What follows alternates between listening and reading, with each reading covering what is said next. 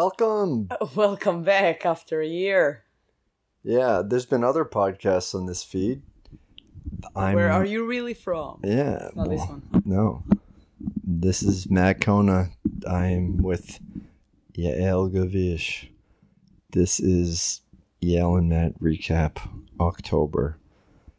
Halloween. Hashtag Podtober. October. Sounds weird. So if you didn't listen to 32 episodes that we did 12 months ago, then this is how it works. We're going to watch a movie. We read 33. Okay. We had Gone Girl in the beginning, and then we had Halloween, the new one. It wasn't Gone Girl. Gone Girl. No, Gone Girl is a different movie. Yeah. Anyway, so we watched a movie called Gone that had a girl in it, but it's not related to Gone Girl. So we watch a movie, and we have made some changes this year. We're not just going to talk for the length of the movie about what happened in the movie. We're professional. Yes. So we're going to watch a movie, get on here. We do a little pre-production. Yeah, made some worksheets up. If you're listening, so you can also find the video of us talking on YouTube. Yeah. Yael and Matt Recap stuff. Yeah. Whatever. We'll post at Yael Matt Recap on other social media platforms with We're everywhere. Easier to find links. So there's we watch a movie, we talk about it, we have some predictions for it. We make those before the show. We talk about if they come true or not. And here we go. Let's just kick it off. This is not part of the 30 movies that we're gonna watch. This is just a promo for us to practice and get used to what we're doing for every day for a month. Promo isn't really the right word, but bonus episode. It's a bonus episode. This is a preview, a freebie. And also, it's a movie that Matt watched already. I watched the beginning, for sure. It's a movie called Friday the 13th from 1980, directed by Sean S. Cunningham, also produced by him. And the writer was Victor Miller, who gets his name on all of the future movies because it says based on characters by Victor Miller. We watched this off a DVD that I got while shopping for seltzer yesterday at Walmart. Very impulse buy. 4 movies for like $10. Why not? So I haven't watched this in a long time. Wearing a shirt of the camp. It says Camp Crystal Lake. It's a fan-made shirt. Oh, I just realized it said 1935. Yeah, 1935 is the year that the camp began in the lore of the movie. Ooh, okay. And there's an incident that happens a few years after they've been opened in 1958. That's where the movie begins. So we watched this. I wanted to watch Friday the 13th Part 3. I didn't really think it mattered what part we watched, but you know what? This is the beginning of a new year, so why not go to the beginning of the series? So what? I wanted to watch Friday the 13th Part 3. You wanted to watch this. You get what you want. So that's what happens.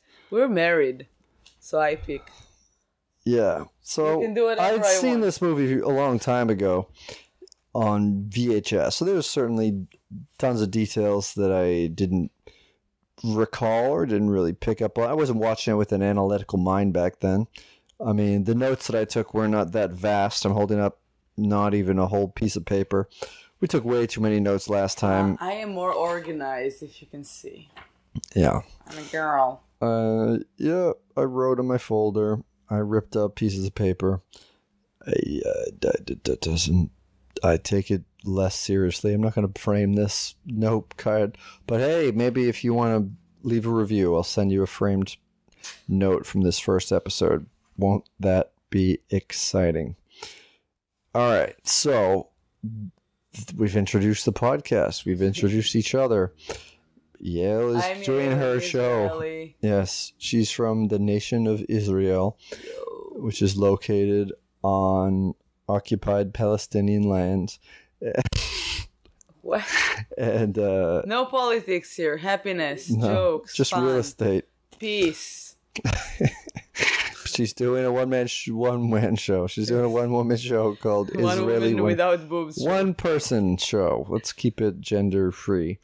Called Israeli Wonder. It might be coming to your town. If you want to bring it to her town, let her know. Her Twitter has an underscore. Get out of Boston. Yeah. So we introduced the movie. We talked about why you pick it. You get what you want.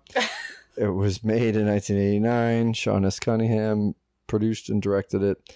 Well, my personal history with the movie, do you have any? I mean, you said you saw the beginning of it. What happened? Did you get too scared? You shut it off? No, not a chance. Maybe I was too bored and I turned. I don't know. Like, seriously. Too bored? I don't know. Maybe it stopped. I had to run somewhere. I started to watch it for sure. For sure? I mean, it's... But then probably again, like, maybe something happened. Wow. It could be a real tragic memory you're suppressing. I don't know, maybe like... What do you think could have happened? Probably like a serial killer started to murder a lot of people around me and I was busy to just like run away. Oh, okay. Maybe something like that, like the classic ones.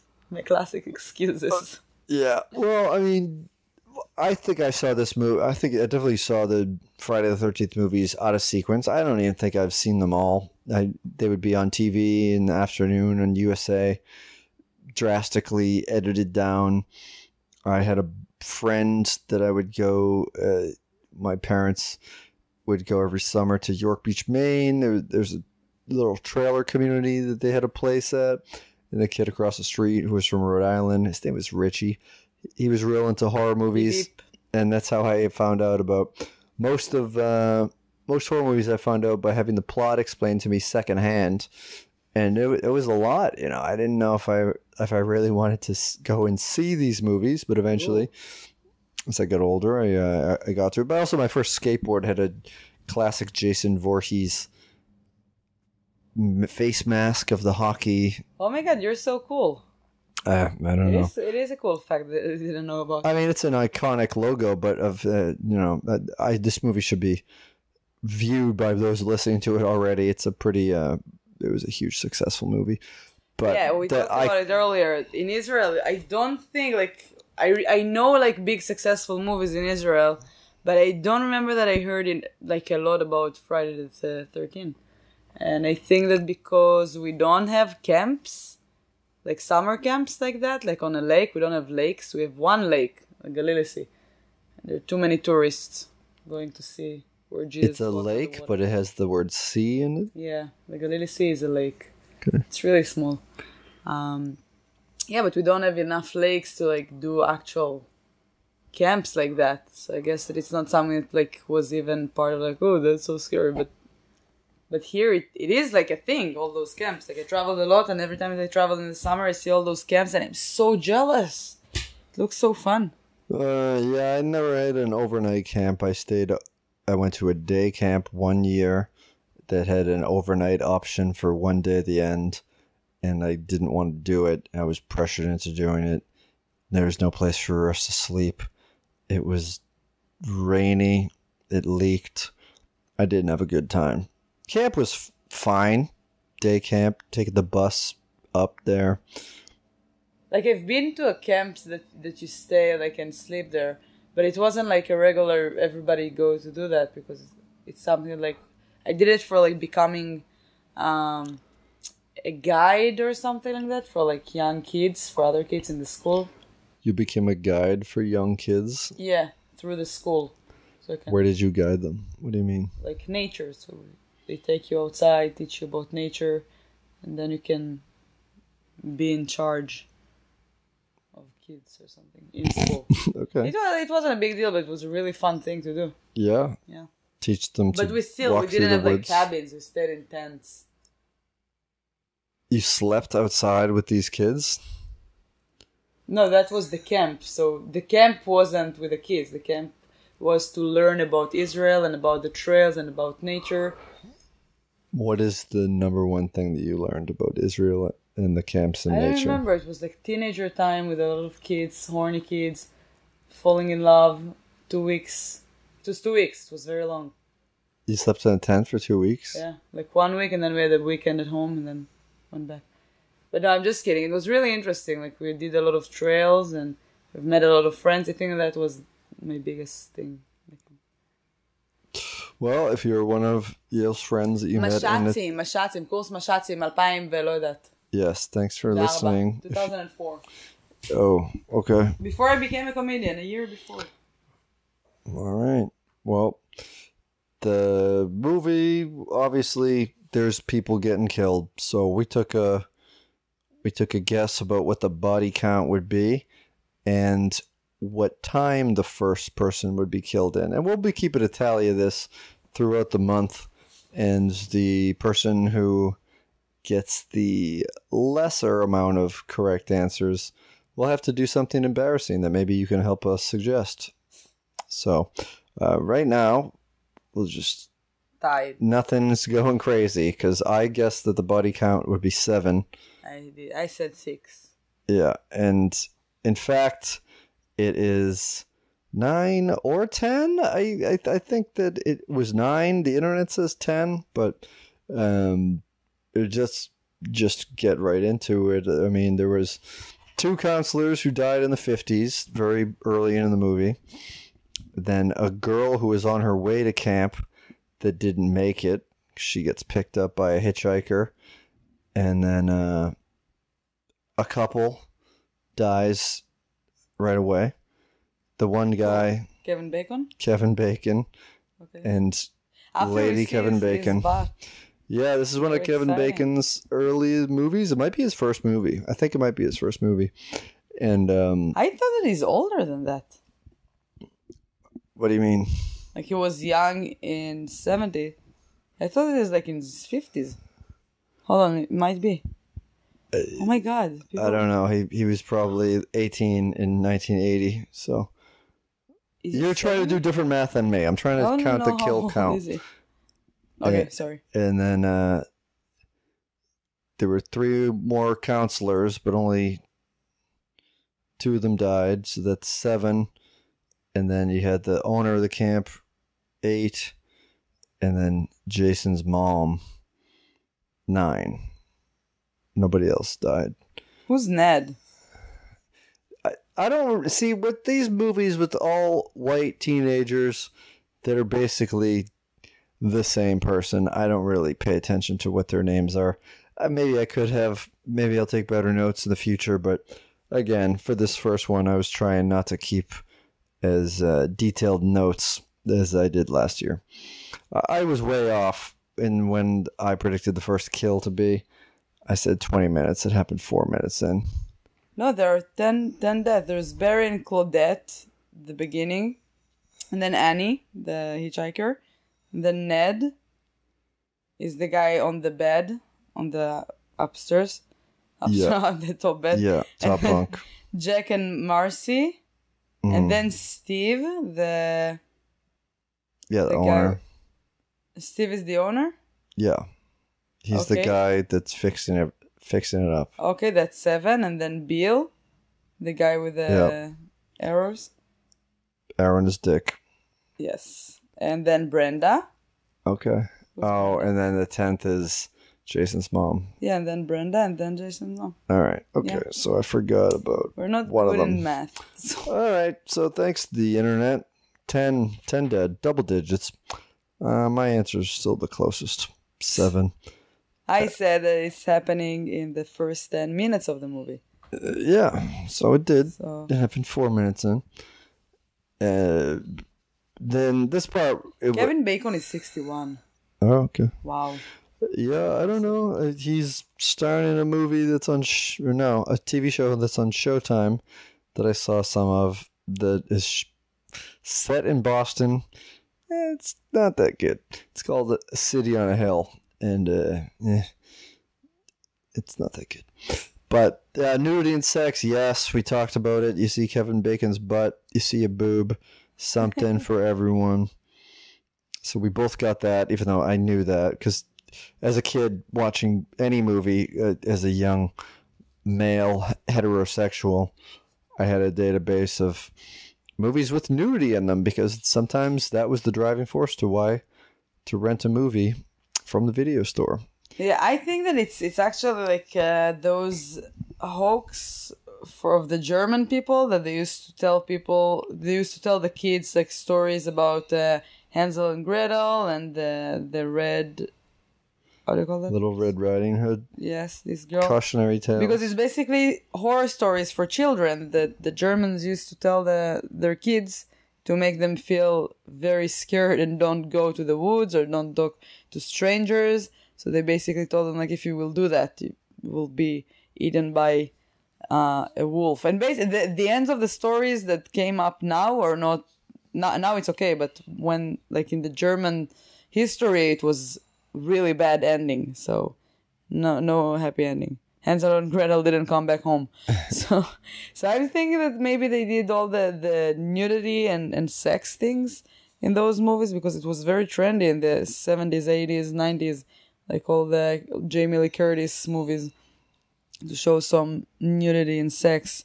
And then Scream said it the best, that if you had sex, you're gonna die, basically. And probably that's the message. If you're gonna have sex, you're gonna die. So don't have sex, kids. Well, yeah, I mean, this is by the time Scream came out in, I want to say 95, 96, there were many horror movie tropes, but this is pretty early on. I mean, this was an independent film. It got big distribution later on, but I mean, there was definitely derivative stuff, and we'll talk about that in a segment coming up, movies that it reminded us of. But just to recap it, I mean, we did talk about the deaths, but it starts in the 50s, 2 people die, mysterious means. All these years later, a girl's on her way to start working at this camp. I guess it's the first time they've reopened since the murders, but everyone in the town, they remember. They call it Camp Blood. They try to warn her not to go, to quit. Of course, she doesn't. She gets killed. The townspeople get proven right. Do you remember the funniest thing they wrote when that happened? Before she got killed. I wrote, I say one survivor, the girl from the beginning, Annie. That's when I asked her, what's her name? Annie. And then a moment after that, she died. Yeah. So I just wrote on the side, nope, lol. Oh. Because I just finished writing that, and then she died, and I was like, nah. Well, you know what? That's kind of something that Scream did in all of their movies. Like, they started with an actress. I mean, obviously, it's a movie, so they're all actresses or actress, but a person that was sort of famous, like Scream's, their biggest star was Drew Barrymore. And I don't think any of these people were stars back then. This is a no-budget independent movie. Yeah. But someone that you first introduced to, you meet, you spend a lot of time with, you kind of attach yourself to as perhaps the main character, and they just take it away from you. Yeah, that's true. So it's incredible. I've never thought about that, but yeah, I like it. I mean, and there was things like, I mean, when I wrote down, and we can kind of skip ahead because, I mean, recapping the movie, I don't want to say it's redundant, but it takes place on Friday the 13th over a 24-hour time span, and you don't really know what's going on in the movie until it's kind of explained to you at the end. You know that someone died. They mention it kind of as an aside that someone died. They drowned a boy, drowned the year before the two people were killed. I didn't know that so many bad things happened in New Jersey. I thought it was just a bad town, bad state. It's not. Just a lot of Jewish. Oh, yeah. And Jason. Yeah. So this kid drowned in 1957. 2 kids died 2 years later. And then presumably the camp has been shut down since then. And now it's back up in present day, 1980, although it just says present day on the screen. And then it just basically takes you throughout the day. No 2019. And these teenagers, these camp counselors that are just trying to set this camp up, they have 2 weeks before they open their doors, and it's they're being stalked by someone you don't see. And you just see through their eyes as they're gradually hunted down and killed until there's only one left. And then at the end, she's basically So I have freaking to out. say that I knew a lot of things about the movie, and somehow I forgot most of them.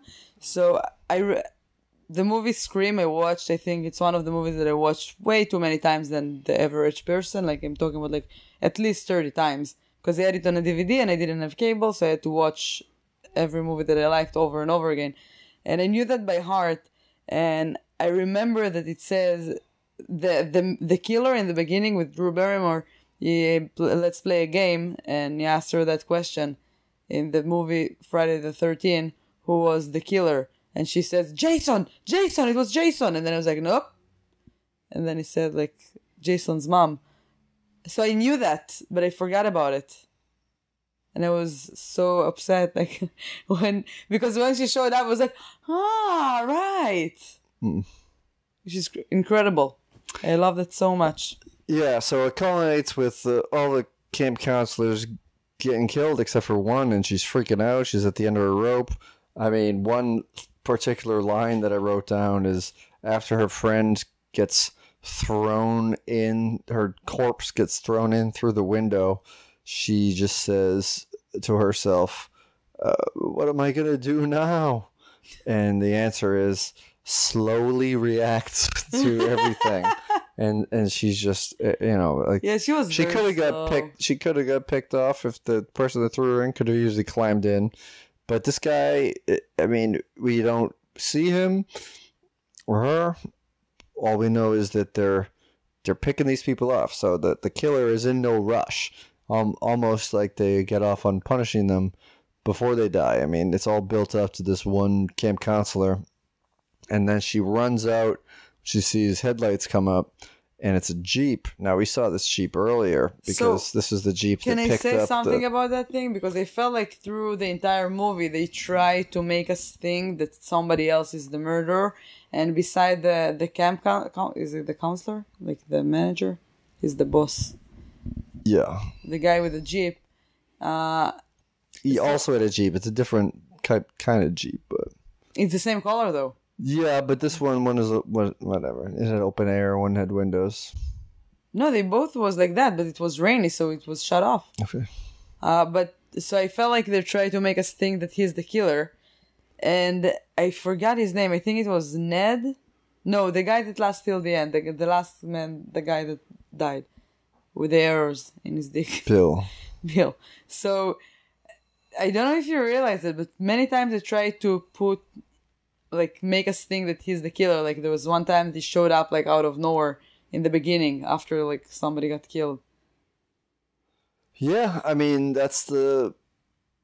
Which is cool. Obviously they you see through the killer's eyes at some point. So whoever's being viewed, that's not who it could be. But yeah, I didn't. Yeah, I mean there's cool different devices used to tell the story. But it ends up, she runs outside. There's one female counselor left, and Jason's Mrs. Voorhees, friendly old lady, comes up, and you think that she's going to help her. And it's a while until she shows her hands. Then she starts getting worked up, telling the story, and then it kind of reveals that to the audience that it was her son that died, and it's the camp counselor should have looked, and now they can't open it back up, and so she starts trying to kill this girl. They have a series of scuffles and fights, including one they do a little bit of jiu-jitsu on the beach. Sloppy, very sloppy. But yeah, also sloppy means slap. Oh, she slaps the shit out of her. Yeah, but it was so not like horror movie. It looked like a soap opera. Well, you don't expect that. I mean, it was... Yeah, I would never expect, like, it was I'm gonna slapping. kill you!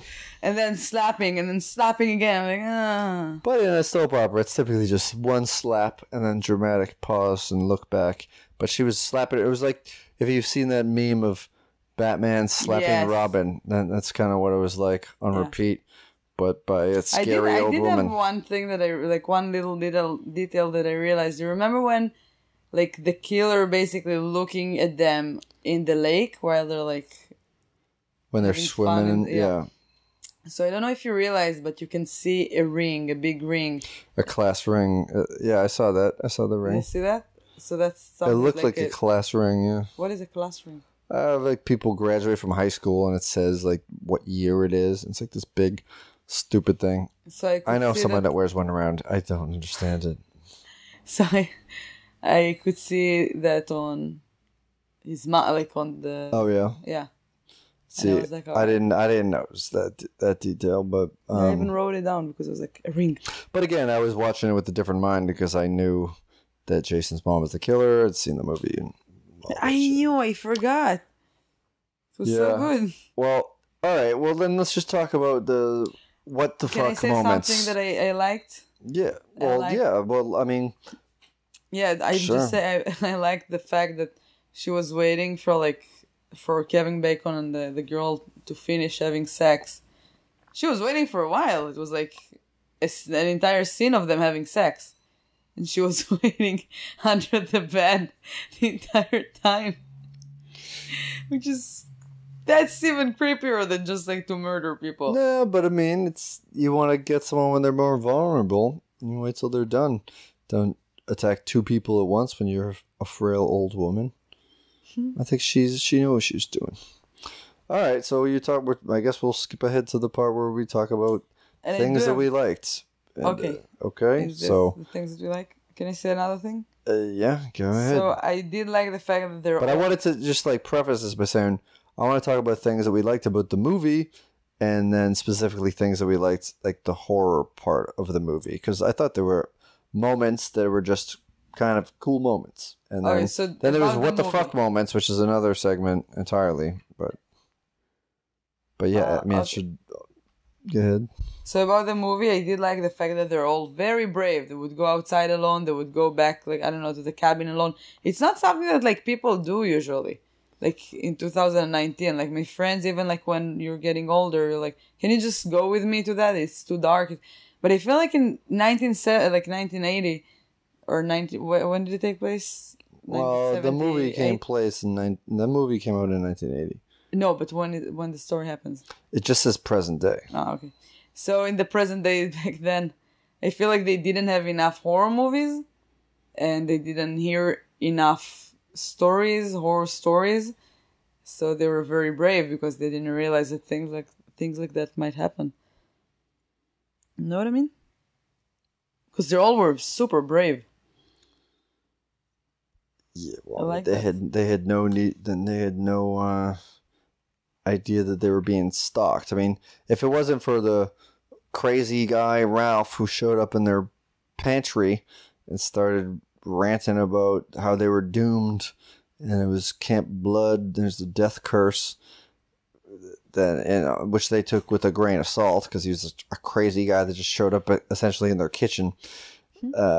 Yeah, it was inside of that. Yeah, I don't know. I mean, like, all right. So I liked there were some parts in particular that I thought were cool. I mean, in terms of the way that it was kind of a funny little, like you don't like these characters are pretty basic, but you get to see them interact and have a little bit of personality from time to time, playing strip Monopoly and learning. Can you explain to me the rules? I did not understand. All right. Well, you've never played the game Monopoly, right? I did. Okay. So, you know... Of course I did. Okay. Well, they say, like, if you land on someone's property, you have to pay them rent. With the clothes. Okay, I got it. Yeah, and instead you take a piece of clothes off. Okay, let's play that in the next episode. Okay. Voice only. Yeah, and community chest cannot get your clothes back. It's important to notice. I think this was kind of an involuntary but a little subtle coincidence, perhaps. When they're playing Strip Monopoly, they're drinking Red Stripe beer, and so far, at this point, all the people who have killed have had a red stripe on their throat when it's been slit. Ooh. Also, effects by Tom Savini. We didn't shout him out, but he's an effects wizard that has done so many movies and has also appeared and acted in the movie From Dusk Till Dawn. He was the guy that had the gun dick in the biker bar. Spoiler alert if you haven't seen that No more spoiler alerts. Fuck that. I like that the... No more spoiler alert, and we just said that Jason's mom is the killer. Well, I mean, no, I don't want to say the word spoiler alert. Everything is presumed spoiler, is what I mean. I like that Annie is dropped halfway there, and then it's at Moravian Cemetery. Yeah. Before she heads there herself. I love the character of Sandy at the diner. Just this old 50s lady in the 1980s, middle of nowhere, New Jersey town. Big glasses, red hair, $2.75 a coffee. I don't know.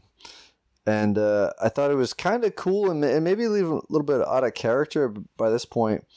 Maybe when there was only 2 counselors left and they find an axe in Brenda's bed, like tucked underneath it. Like the person that is stalking them is finally saying, hey, something's up, because there's a little bit of blood on the axe. Yeah, I felt like she would, like, the killer was disappointed. I was like, they don't care about their friends? Like, they don't realize that some of them disappeared? Like, I'm here, please. Yeah. Give me attention. But also, I mean, but they were kind of coupled up, and one of them was kind of a weirdo, so they kind of moved, you know. Something that I wrote about it. So basically, I wrote that it's very real, the way, like in a good way, the way that they're, now when you're gonna watch a movie, a horror movie, people are gonna try to run away, people are gonna try to escape, people are gonna try to fight the killer, but they even didn't try, which makes sense. That's like reality, basically. Like when somebody would go to someone and try to murder him or her, most chances that they're not gonna defend themselves because they're gonna be in shock. Yeah. But then in movies now, people are like trying to find accident. They have a knife right next to them. So I just wrote that, and then a moment after that, they just got the axe. Yeah, and I was like, oh, now they can have a weapon, but they didn't. They didn't take it. No, it was the axe. I realized the axe had already gone to bed. Yeah. All right, so I guess then that leads us into the what the fuck moment. Like, what the fuck? And most of my what the fuck moments are just little details. I mean, they turn on the generator, but then you see Kevin Bacon and his lady still using a candle. Maybe it's because it was romantic. Yeah, but he had also a flashlight to turn it off. Yeah, well, I mean, he probably still had that for when he walked out to the generator, but I don't know why they were just wasting the candle. And then after they had sex... Wasting a candle, come on. The girl goes outside, she says she has to pee. It's raining. Just go outside the cabin. Just drop your panties and pee outside. And We're then go women, back in. We don't do that. But she walked half a mile in the rain. We don't do to go that. sit We're not men. In the outhouse. We're not savages. It's raining. It doesn't matter. Whatever. I thought that was weird. Okay, apparently it wasn't. As a woman, I didn't find it weird. All right, and then I think that the crazy Ralph guy, he kind of sounds like he has a Maine accent. I know there's not really a New Jersey accent, but that kind of reminded me of that. All right, any what the fuck moments for you? Besides things you've already spoken about? The very long last fight, I felt like, oh, come on, just finish her. Like, she kept standing up. She even didn't make sure that she's dead. She kept, like, I don't know, like, hitting her. And then the slaps, that was the thing. Like, oh, yeah. And then, like, the way that she barricaded herself in the room was kind of a what the fuck up. But she, like, ties the rope to the door. And then does this weird pile of chairs. Other doors in the cabin. And windows. And windows, and I'm like... And then when she goes to escape, she has to take all that shit and move it out of the way anyway. Also, I have another what the fuck moment. She made tea with 2 cups. Where was the tea? Where are the cups? They weren't, like, on where she put them. She put them. And I thought that, like, the hot water, she's gonna use it for something. Like to throw on the murderer, but nope. Well, yeah, you would think, but yeah. Yeah. All right, and now the other movies that it reminded you of. Yeah, so you said Halloween, and when you said it, I was like, all right. It did remind me I don't know, the classics from the 80s, I guess. It reminded me like serial killer. But again, I felt like they did something that is new that wasn't before. So basically they were inspiring all the movies that I grew up with. So, but it was just more real. Like I was thinking definitely about I remember what you did the last summer. How do you call it? אני זוכר מה עשית בקיץ האחרון. How do you say that? I know what you did last summer. Yeah. So... Yeah, I mean, it could be movies that like were inspired by it. Yeah, but like if there was... bunch of teenagers or like young people getting killed by a murderer that nobody knows who is he. And they're dying like one by one after one. But then like in the movies that I watched, I remember that they were like actually fighting and nobody fought here. It felt very real. So I was like, I like that. Nobody fought? We just talked about how... Just the last one with slaps, and she was... when she tried to fight, it was ridiculous. But she got her head chopped off with the machete. At the end, it took her so many scenes to get it. Yeah, okay. Alright, well... it reminded me of a whole bunch of movies. I talked about Halloween, about the point of view of Michael Myers that sort of starts off how Halloween is. It reminded me of Jaws in a way because you know that someone, or in Jaws' case, something is killing people, but you'd never see it until they want you to. So it builds up all this kind of tension. And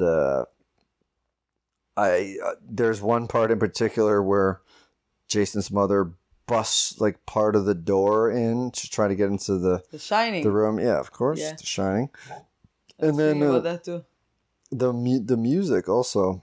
But another thing that I was thinking after she like broke the door, she put her hand inside and just unlocked the door.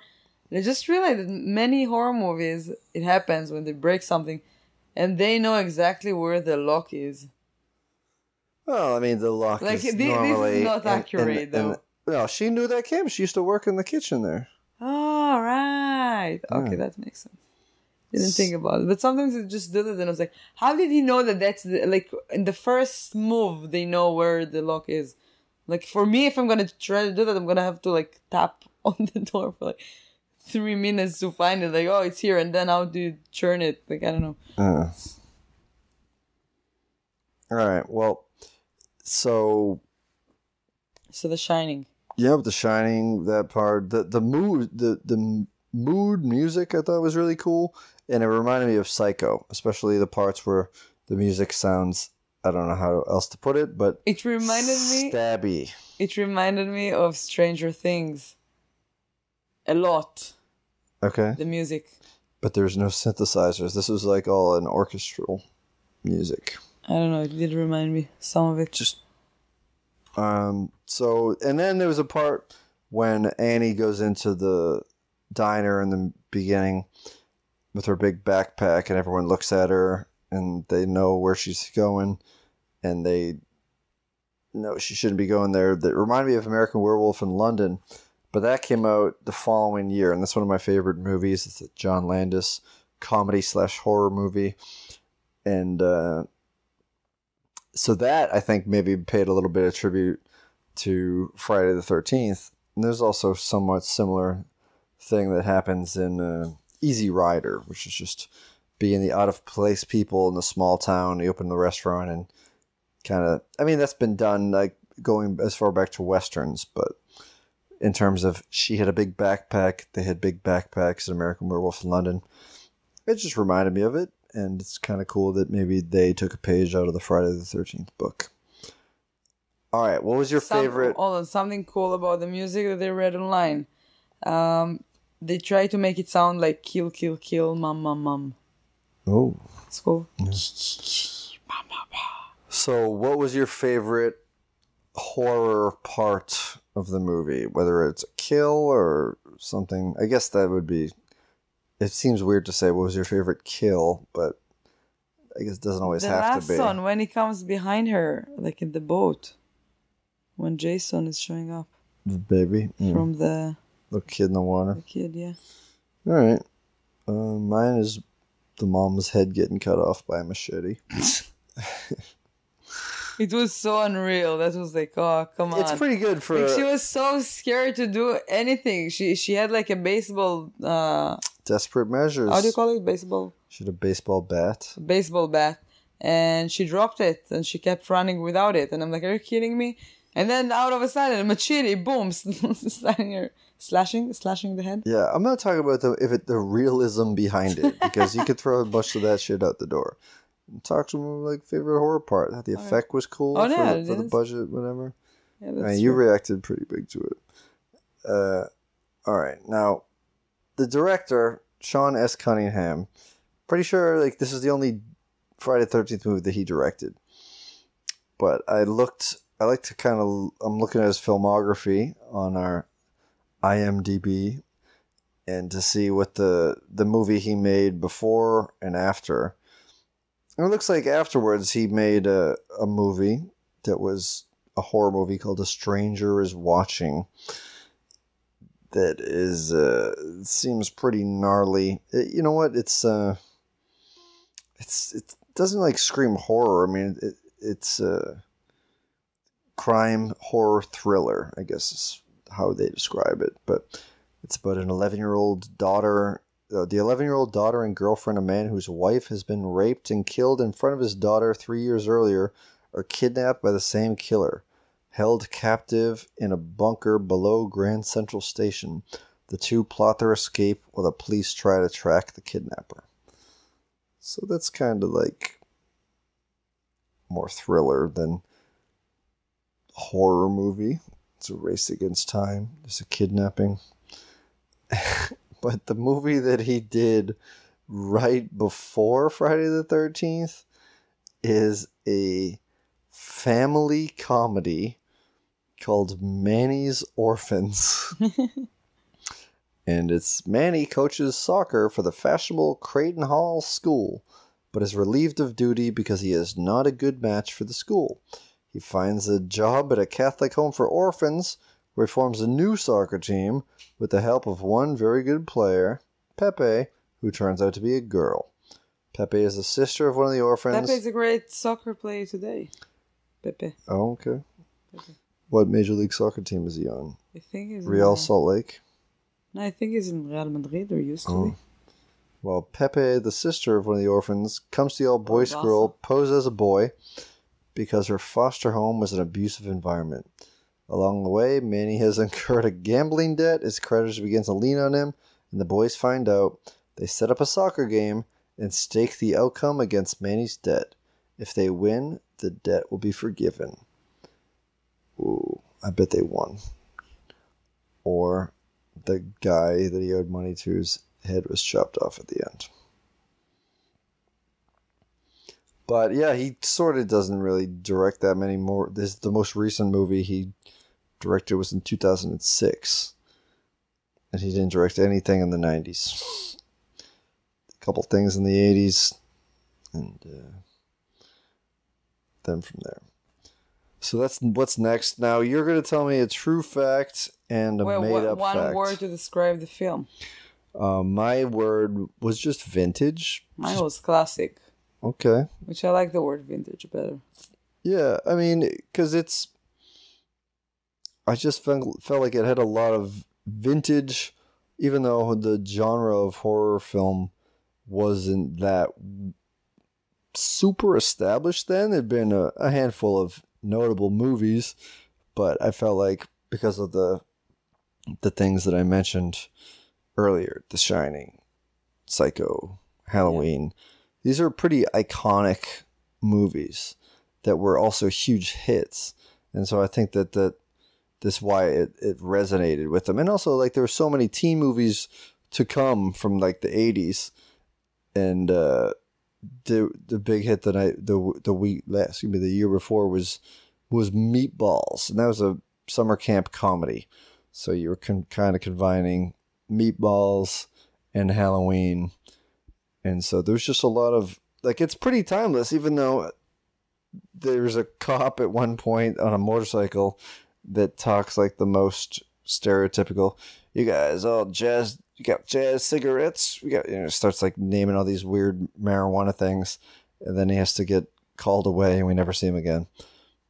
But it's not super dated. I mean, obviously the lack of cell phones and certain haircuts or whatever. Yeah. Also, I don't know. It wasn't a scary movie. Like, to be honest, I wasn't scared.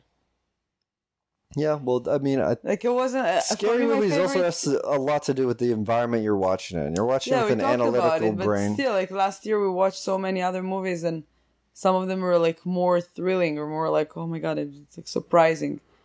This one, like, I don't know. The only thing I think that it used to be a movie about the effects. Like, all right, that you see like disgusting thing, like disgusting that. That's scary, but for 2019, it's not impressive. You know what I mean? If you say so. I think that I'm looking at it in the historical context. I think a lot of people were scared when this movie came out, and but also I don't know. People rewatch it and enjoy it. But I mean, like, it's being we know scared. Different camps, the Jewish people. Yes. Ooh, scarier, and it's real. But being scared is so subjective to what you look for in a movie. I don't know. Everyone's different. That's true. And all right, do you want to hear my facts? Yeah. So you'll give you a fact, and I'll say which one is true and which one is false. Okay, so 2 facts. One, I forgot which one is real. No, okay. One, the snake scene wasn't a part of the script. Yeah, we didn't talk about that, but we make a prediction if an animal dies. We both said yes. Yeah. We both guessed dog. There is a dog in the movie. It doesn't die, but a snake does get chopped with a machete by a camp counselor. So, back to the snake. The snake scene wasn't a part of the script. One of the actors or the people in the thing had this as an idea after he had a snake at his cabin, and the snake was real, also his death. Second fact, the cast found out they have a very special neighbor in the middle of the woods, Lionel Richie, who owned a farm nearby. Alright, I'm gonna say the second one is real. And this is wrong! Woo! Why would you just pick Lionel Richie? So Lou Reed was their neighbor. Okay. It is like a real fact that Lou Reed was... Alright, but you just substituted Lionel Richie? Yes, because I wanted this one to be the fault. Okay. And the snake was real. It did look super real, and I thought that they killed him on set. Yeah. It's terrible. I'm like, what? Yeah, well, Tom Savini, special effects. So I think that it was Tom Savini. That's why I was like, I don't think it's an actor, because I didn't write it word by word. But there was no PETA, no animals were harmed during the production. So there was, yeah. There wasn't, because an animal was harmed on the... Oh yeah. Yeah, but I think it was Tom Savini, because it said like one of the names of the people that were part of the movie.